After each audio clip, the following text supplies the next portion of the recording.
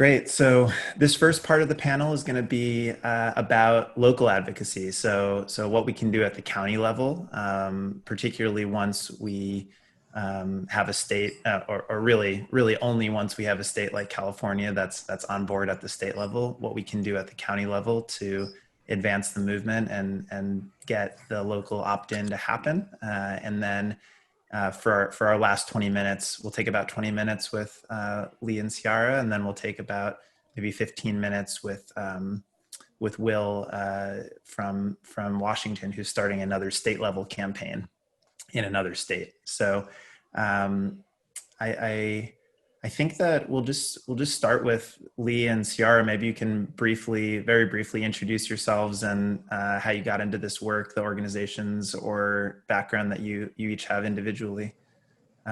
Maybe, yeah, Lee, you can go ahead. Yeah. Hi, folks. Lee Thomas Uh, here. you you might be muted, Can you hear or me? let's see. I can't Hear hear you. you. Can you hear me now? Yeah, we can Okay. hear. Okay. Okay. Great. Lee Thomas. Just really great to be here today with so many people. Just really inspiring. It's probably the best part of my week so far. So uh, I got into this. My background is I'm a former elected official in the city of San Leandro. I served on the San Leandro City Council. And so when you're elected official, you're always kind of tracking bills just in general. And I knew of AB 626, and I was really excited about it when it was going through its process. And then for me, it really opened up the possibilities of saying, wow, what happens if I took a hobby of mine, which is barbecuing, and being able to sell barbecue from home? And so the way I got into this movement is, I looked up Cook Alliance, and I left Matt a voicemail one day saying, "Hey, it's Lee Thomas. I'm really interested in trying to figure out what I could do to help this initiative take place in Alameda County." And our relationship started there, and from here on out, I've just been serving as a county lead and with Cook Alliance, and also just kind of help navigating some of the political minutia, I'll call it, here in Alameda County. And Ciara? Hi, everyone. My name is Ciara Segura. I'm the program and policy director at an organization called Mandela Partners. We're based in West Oakland. We've been doing work that sits at the intersection of food access and economic development for over 15 years now. I've been with the organization for almost 3 years, so still a little bit new. We do a wide variety of programs that support everything from sustainable farming to the creation of community-based businesses, to offering technical assistance to local entrepreneurs that are overwhelmingly underserved by more traditional business support levers within Alameda County. In order to elevate community entrepreneurship and support the growth of economically secure neighborhoods, our programming really works to support access to information, tools and resources workshops, one-on-one advising, and then access to capital coaching. The program that I help run with some colleagues is called the Mandela Entrepreneurs Program, and we specifically target under-resourced and underserved entrepreneurs that either don't self-identify as entrepreneurs, but are producing what we would consider a viable product, or they are self-identified entrepreneurs that are looking for ways to start or grow or expand a business. In terms of how I got into the work, my background is more around, I would say, direct food access work, and more recently I've been supporting our business development initiatives. Great, thank you both. So we wanted to have you both on because I would qualify you as slightly more seasoned advocates, and we have a lot of advocates here joining from all across the state and other states that are just sort of getting started with campaigns, with trying to figure out how to bend the ear of local elected officials. And so before we start dialoguing with the audience, Lee, I thought maybe as a former elected, you could give us a little insight into what turns out to be one of the most important parts. Like, how do you get supervisors' attention? Yeah, I think a couple of things. One, I would encourage all of you guys, if you have your from your local elected officials, get to know your local elected officials, get to know your, your city council people or your city supervisors.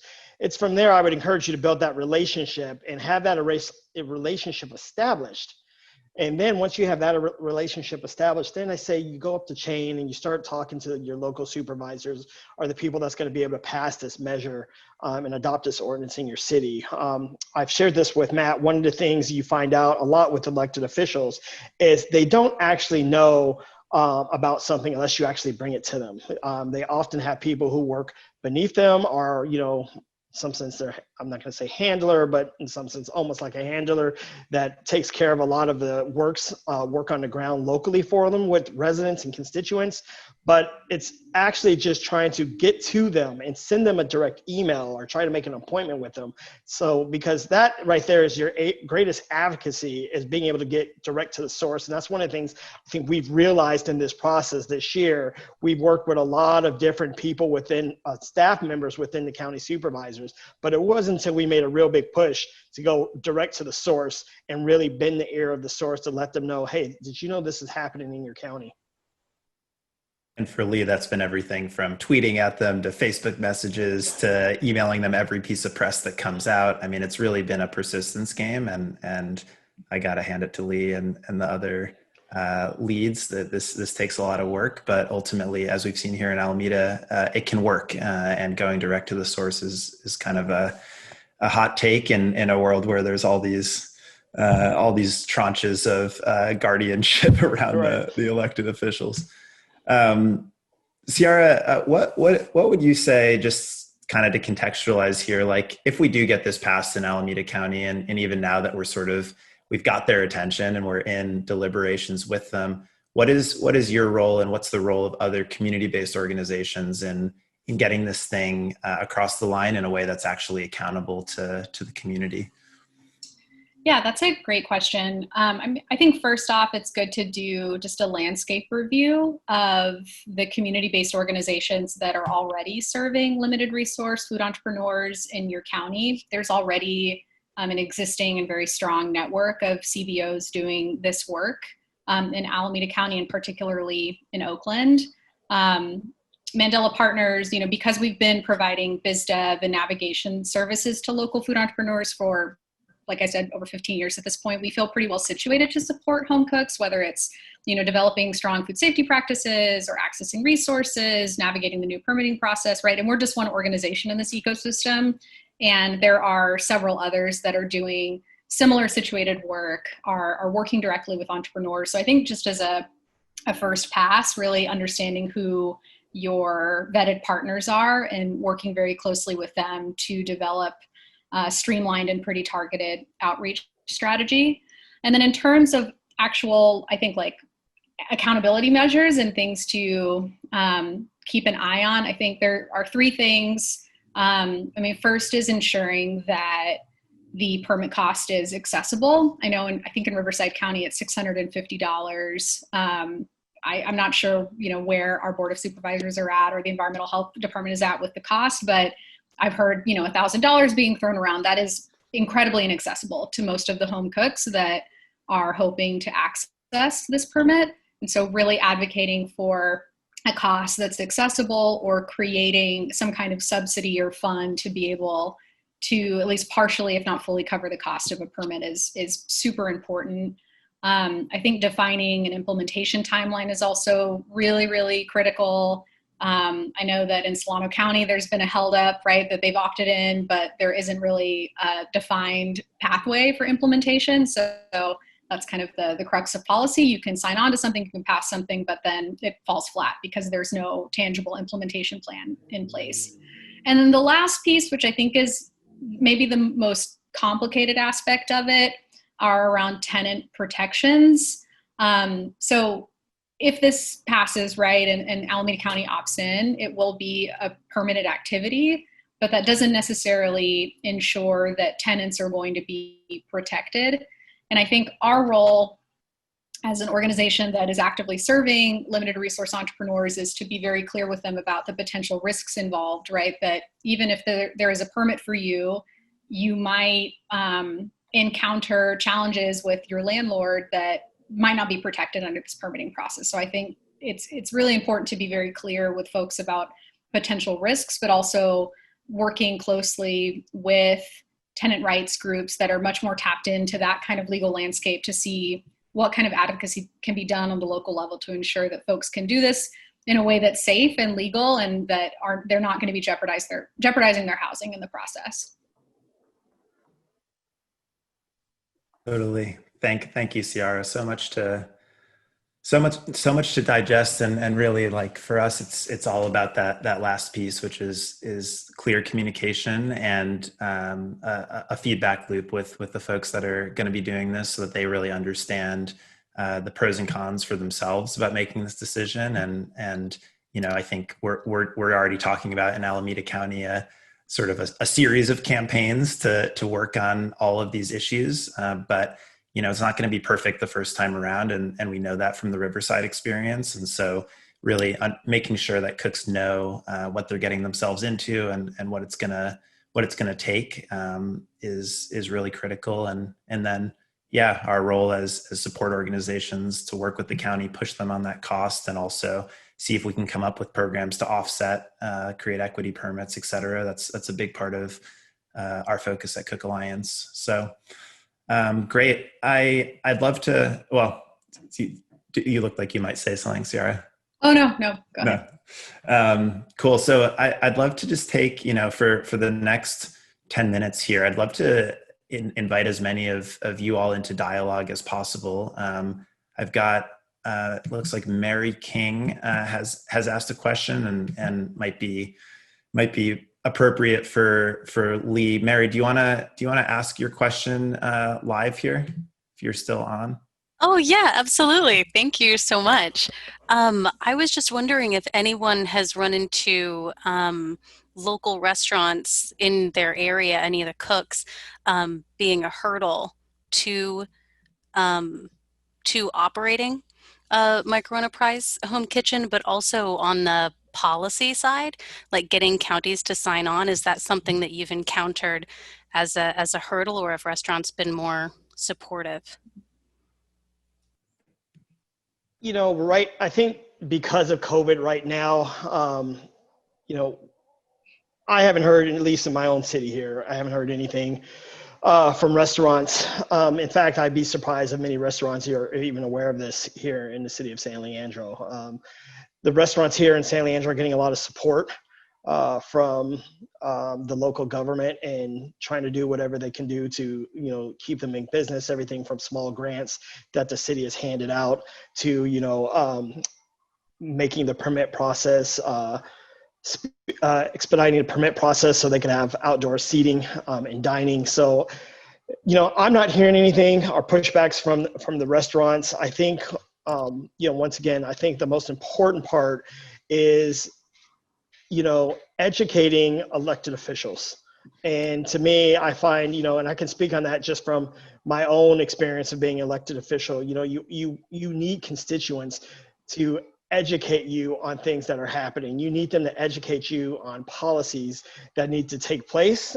And I think that right there is, with all of us on this Zoom call today, that's probably one of the most important things that we could do, is try to educate your own local government officials so they can see what the benefit of this actual, movement is. Totally. Thanks, Lee.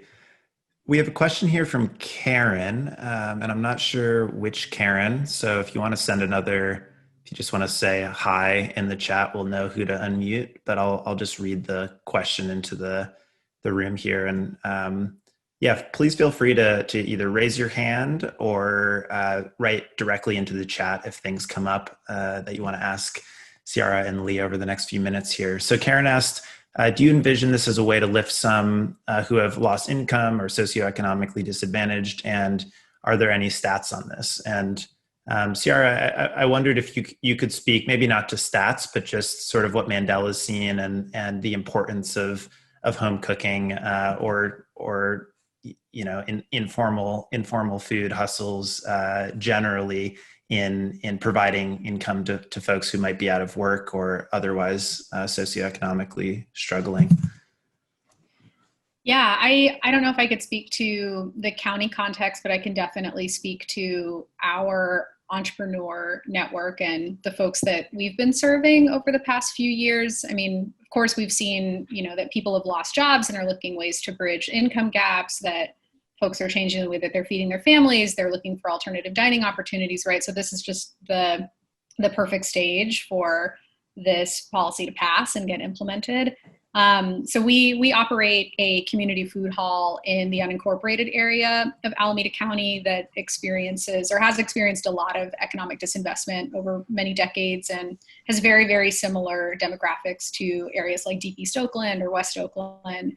And there is absolutely a dearth of good food options and business development support levers in that community. And so we launched that food hall in March of 2019. There are 3 vendors there in a cafe space.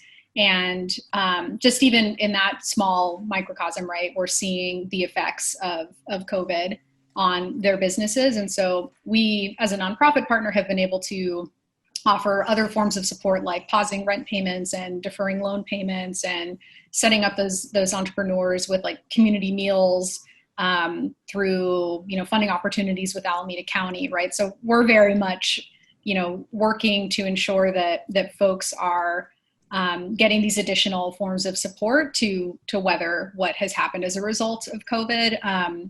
We also just launched our latest cohort with our entrepreneurship program. And so many of the folks, at least that are doing food in that program, are very much turning to this as a way to generate income. And it's often, the second or third thing that they're doing on the side to make ends meet. So I think you could just see it when you're going out, right, in the city and trying to like find a place to eat. Like I'm seeing businesses close left and right, or seeing businesses having to pivot to an alternative way of meeting their customer base. I wish I had stats off the top of my head, but yeah, I mean, categorically folks are being impacted by this, and there's definitely a strong desire to be able to take advantage of this permit.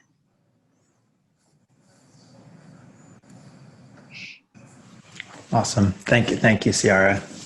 So I'm seeing some more factual questions coming in through the chat and on the shared sheet. And I'll reiterate just what Charlie said, which is that we're going to do our best to answer these and make them publicly viewable as a follow-up to the convening.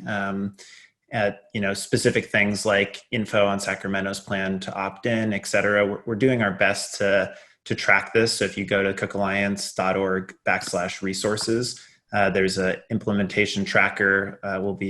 It's a little bit out of date at the moment, but we're doing our best to keep tabs on how this is progressing across the state and what advocates are hearing from their electeds in different places. So we'll point you in the direction of that in a follow-up as well.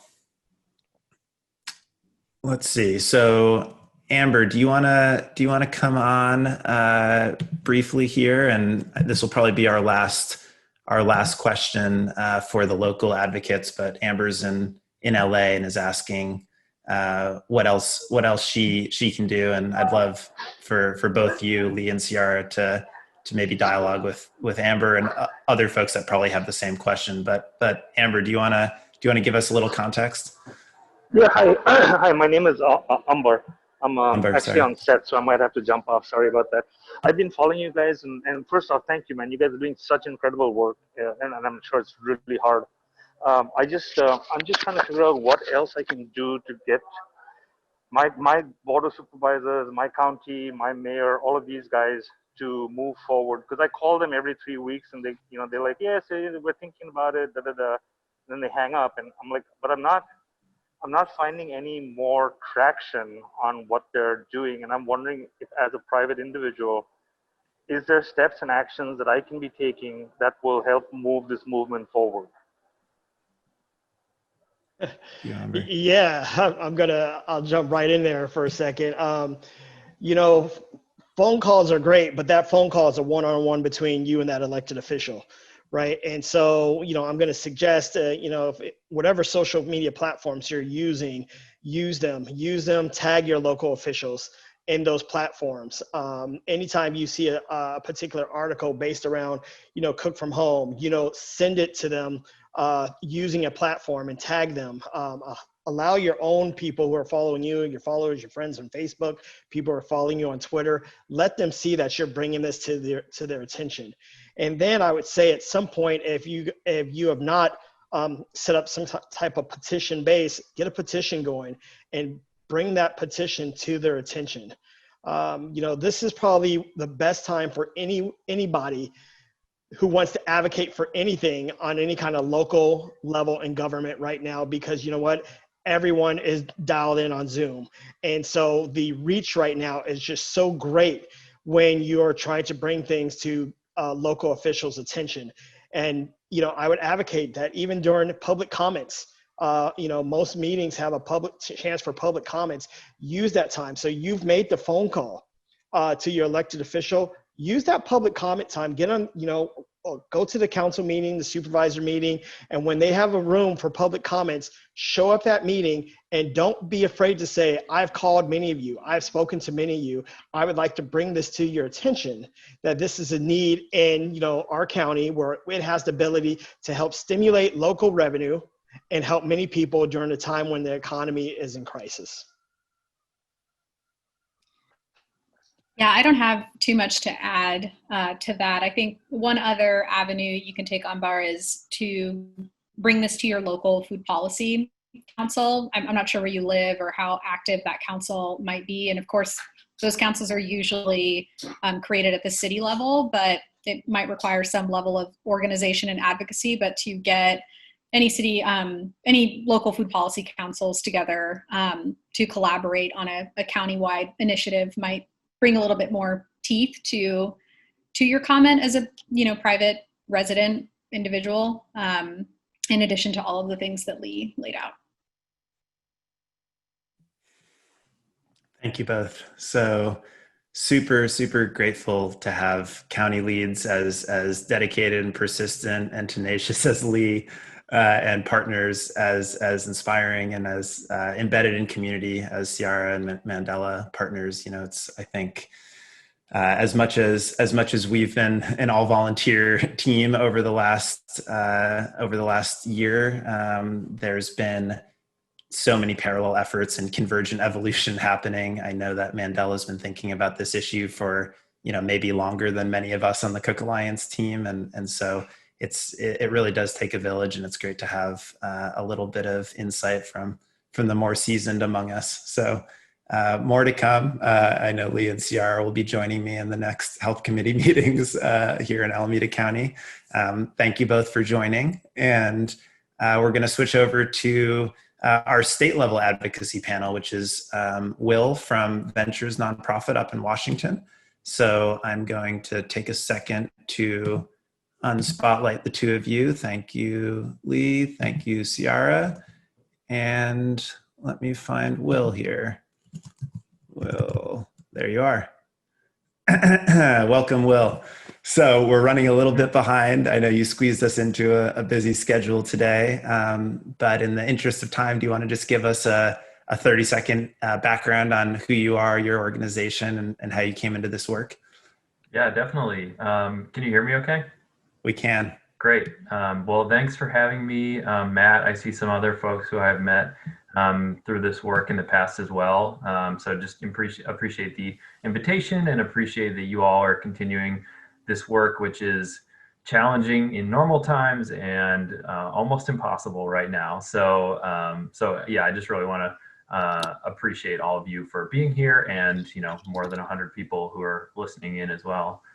So my name is Will. I he, him pronouns, and I work with an organization called Ventures. VenturesNonprofit.org is where we are if you want to find out more. I will also put a little bit of information about us in the link. And what we do is we help entrepreneurs with limited resources and unlimited potential achieve their dreams through small business ownership. So we're really focused on helping micro scale businesses grow I was hired about 3 years ago to start a new kind of advocacy branch and policy branch of the organization. So start to try to look at some of the systemic barriers that are holding back our clients from being able to succeed in business ownership.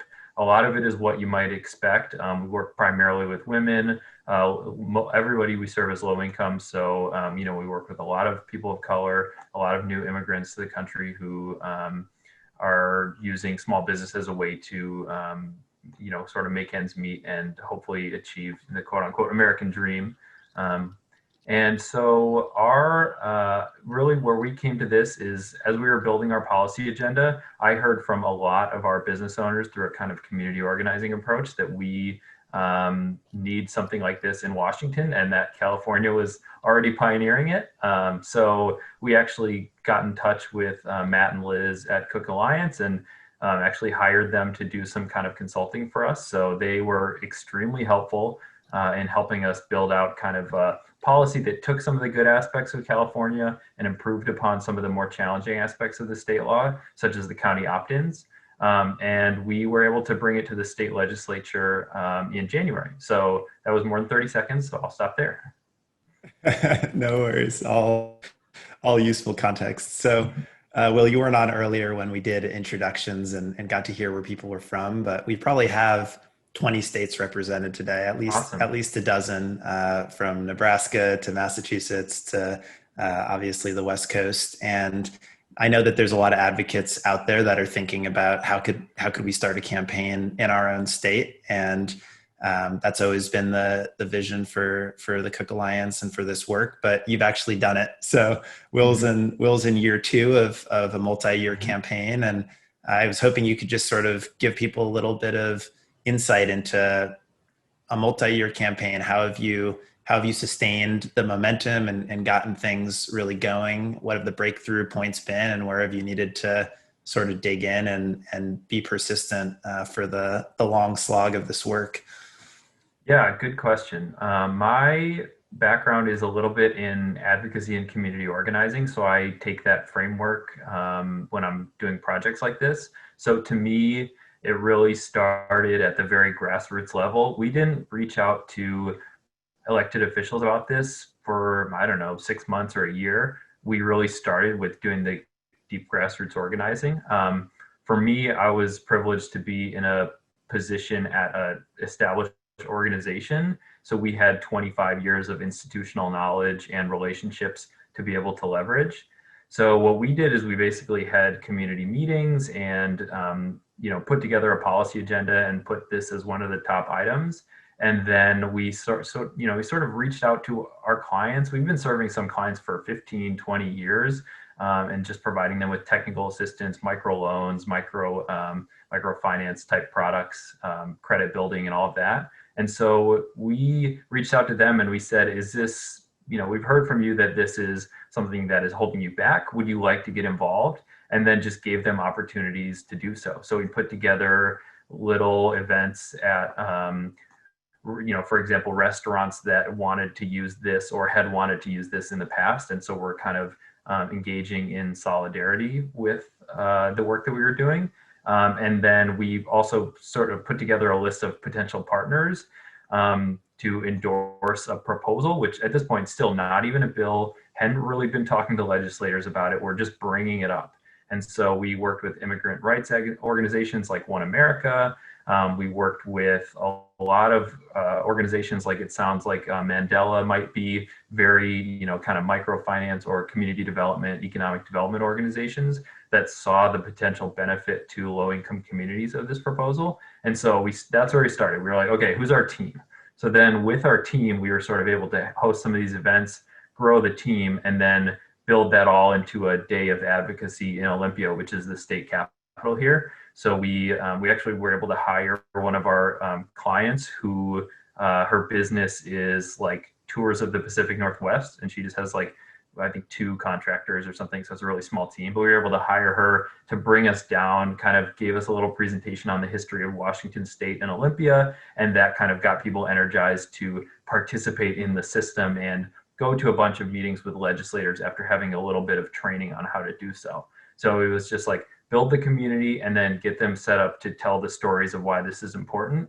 And from there, that's really where we were like, okay, now we're going to engage with the system formally and try to get this thing put into legislation based on the model that exists in California. Amazing. Super, super helpful.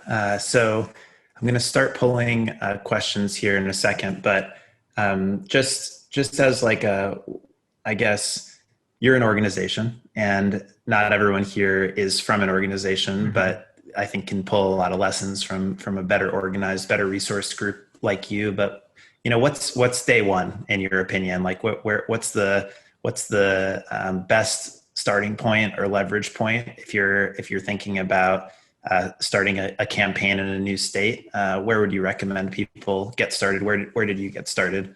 Sort of before the big advocacy day, et cetera. Yeah, I mean, starting without an organization would be a little more challenging. But I think if you as an individual can share a story, honestly, I think all you need to get started is one person who wants to be a home cook. I truly believe that, because honestly, our campaign, if you look at the media and the how people know Ventures and all of our campaign materials, it centers around like 3 or 4 home cooks. And those are the folks who are very vocal and very willing to share their stories. So honestly, one person can really make a difference in this kind of thing. So that's where I would start is if you're that person, then you're good to go. And if you are not that person, then try to find somebody who you can partner with who might be interested in learning about what's happening in California and bringing it to wherever you are. So that's really where I would start, is just, what are the stories you're going to be telling to demonstrate why this is important? Wonderful. So just like before, feel free to ask questions directly in the chat now that we're in it, and a little bit short on time. If you want, I'll call on you if you ask in the chat. I have another question here from potentially a different Karen, maybe the same one. So feel free to chat again if you'd like to voice this question yourself. But the question is how to address environmental health concerns. Has that come up as you've gotten started? Has it been a hurdle? Have you had to provide any support to assuage their concerns? Yeah, and honestly, Matt or Liz, I saw you were here as well. If either of you want to jump in on this, I learned most of what I did from you. So, so my experience was, it sounded like in California it was a little bit more of an adversarial relationship. When I came to Ventures, people have been working on this idea in Washington a little bit, and I learned from their experience that, and actually, Matt, you're a part of this through Josephine, is that the adversarial approach did not work because the State Department of Health basically won. And so my approach was a lot more collaborative. And so I brought DOH in right away.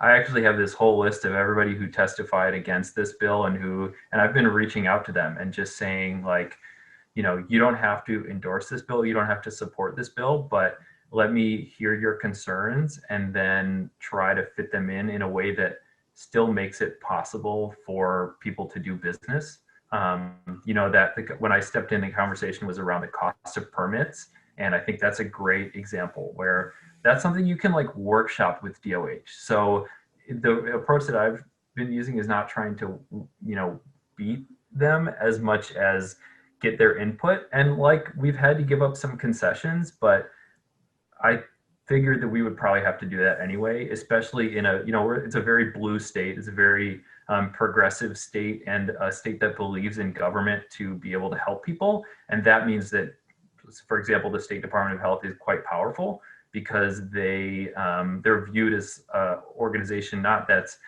stepping on people's toes and making life difficult, but as a organization that's keeping the state safe. So they are starting from a very strong position. And so we just started working with them, to be honest. And they honestly have been great to work with. They've been very appreciative of the work that we've been doing, and they are, we pitched it to them, and this idea I totally stole from Matt and Liz. We pitched this idea as something that would help them regulate unregulated activity. So we went to them with that message and then tried to engage them on that. So, we have had to give up some concessions for sure, but overall, I'm pretty happy with where we got to. And honestly, it also just helped us avoid a lot of unpleasant conversations.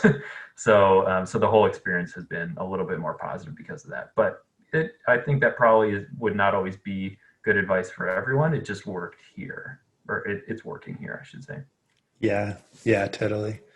The Trojan horse argument. Yeah. you need to deal with the unregulated industry by regulating it.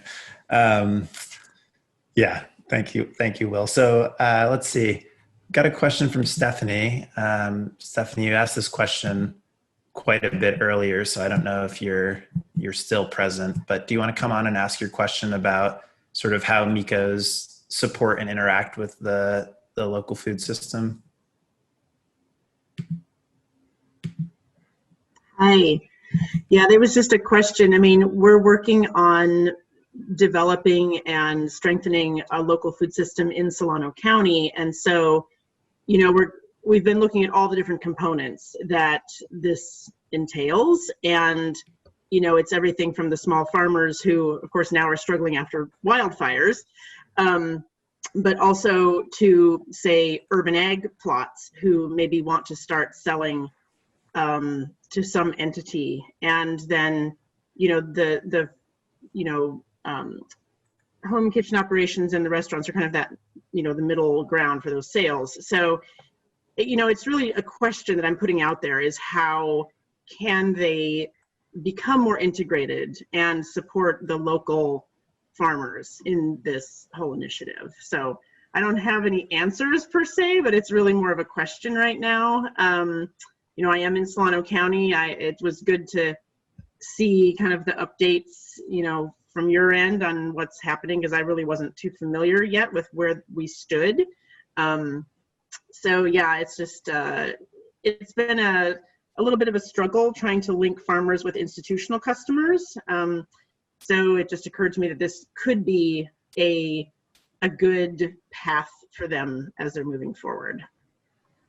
Well, thank you, Stephanie. And Will, in the interest of time, I'll broaden Stephanie's question and have it be your parting thought here, which is just, in addition to farmers and farmers markets and those parts of the local food system, who else is in your growing coalition of movement supporters? What other organizations? We know this is very intersectional, but how do you draw those connections? And whether it's local or state advocacy, what have you seen as strong partnerships, maybe beyond the farmers or including them as well?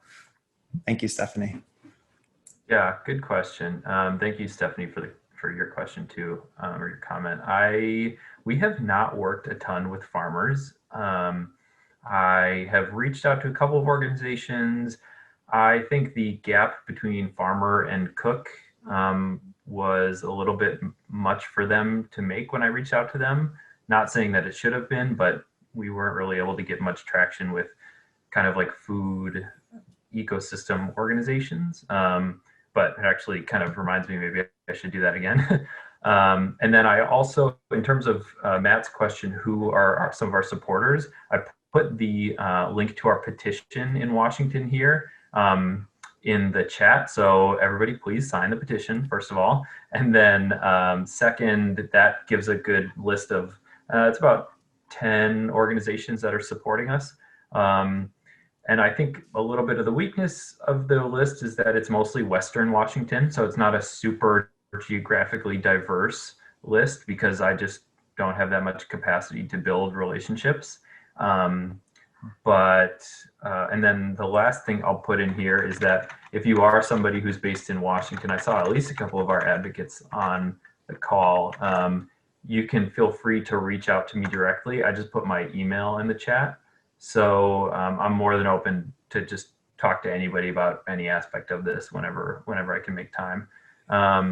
And so what we basically try to do is build a diverse coalition in terms of interests. So thinking a little bit more broadly than just food or small business organizations. And for us, actually, one thing that we have been doing that has been really exciting is we've sort of pivoted to trying to embrace fully doing everything that we're doing in English and in Spanish. Our organization is very bilingual, so we have that as an asset. And so I'm like, this is the first time we're trying to do this, but I'm doing a webinar on Thursday for home cooks. And we have as many people signed up in English as in Spanish. So, and Washington, I mean, Washington's pretty white. So, I think we can do that everywhere across the country, because I do think that this is a multicultural, multilingual issue. So that's been very exciting to me as well. So yeah, I would just encourage you, as you're sort of building your coalition, to just try to think as broadly as you can, come up with a template or form email of some kind and send it out broadly. So that's where I was kind of saying, I saw somebody in the comments said like a group of 10 cooks is a good place to start. That 10 cooks is definitely better than one cook. But as you're building that group, definitely try to reach out to as broad of a subset as possible, because you never know when there will be an organization where they're tangentially related, but they have a couple of people who really believe in what you're doing. And that can be enough to get somebody engaged or have them endorse or have them reach out to their legislators or whatever it might be.